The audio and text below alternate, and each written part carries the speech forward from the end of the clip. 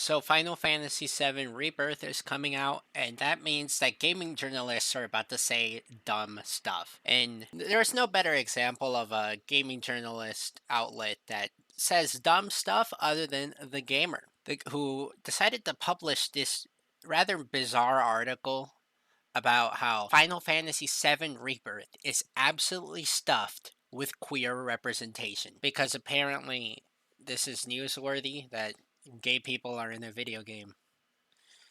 Okay, sure. I mean, why not? You gotta get in that quota of articles in anyway, right? Final Fantasy VII Rebirth reviews are out now, giving us a taste of what the highly anticipated sequel has to offer.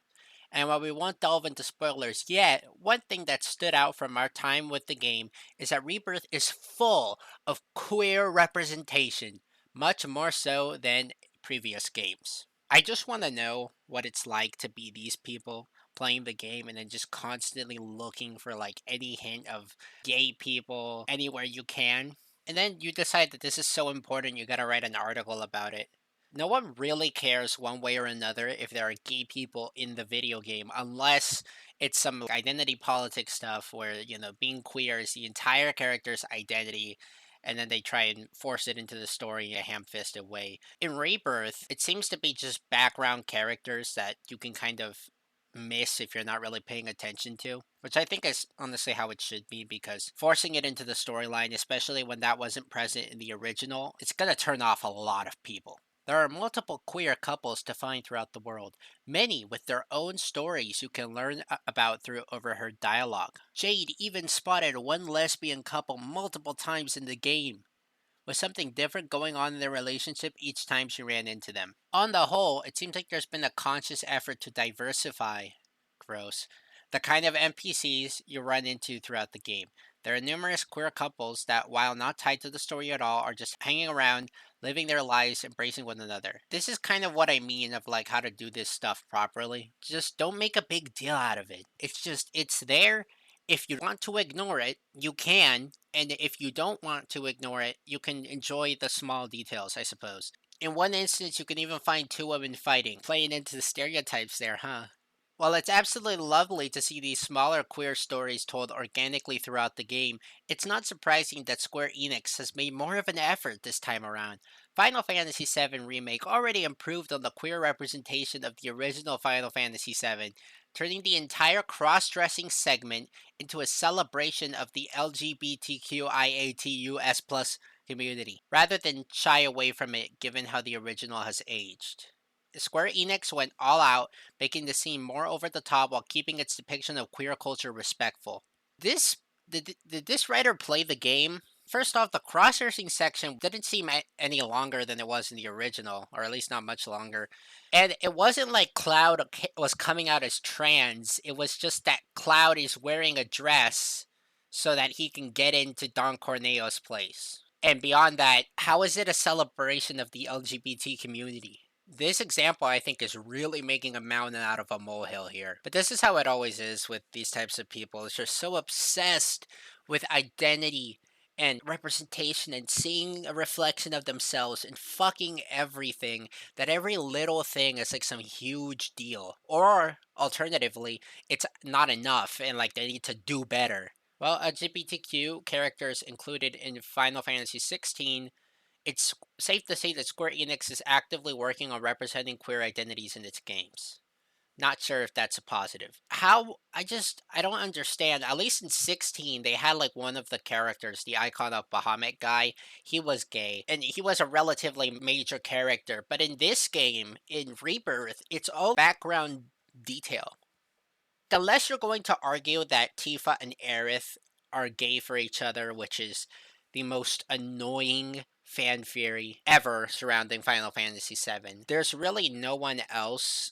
All of the gay stuff is just super incidental. It's just what baffles me about this article, right? Is they talk about how it's absolutely stuffed with queer rep, and then literally and I mean the one and only example that they list from Rebirth is the one lesbian couple that's fighting each other. Which I'm not sure is the best representation considering lesbian relationships have extremely high rates of domestic violence. But sure, whatever you say, gamer.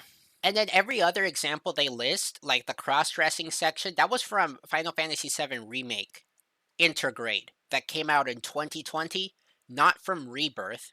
Then they list Final Fantasy 16, which is also not Final Fantasy VII Rebirth. I thought for sure they were at least going to try and push the Aerith and Tifa are in love fan theory, but they didn't do that. So to me, like, this really reflects how these websites are just so desperate to pander and clickbait with these identity stuff. Because I'd imagine they're probably banking on people who are wary of games like Final Fantasy VII Rebirth going woke.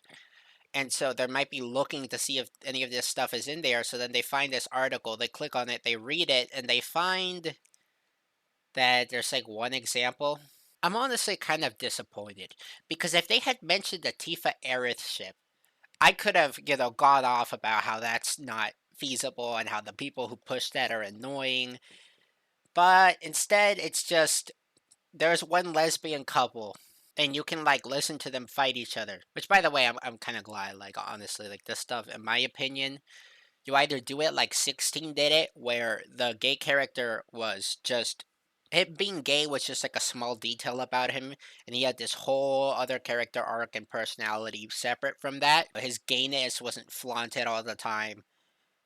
Or you have it like this, where it's just like a background thing that, oh, you can very easily miss if you're not paying attention.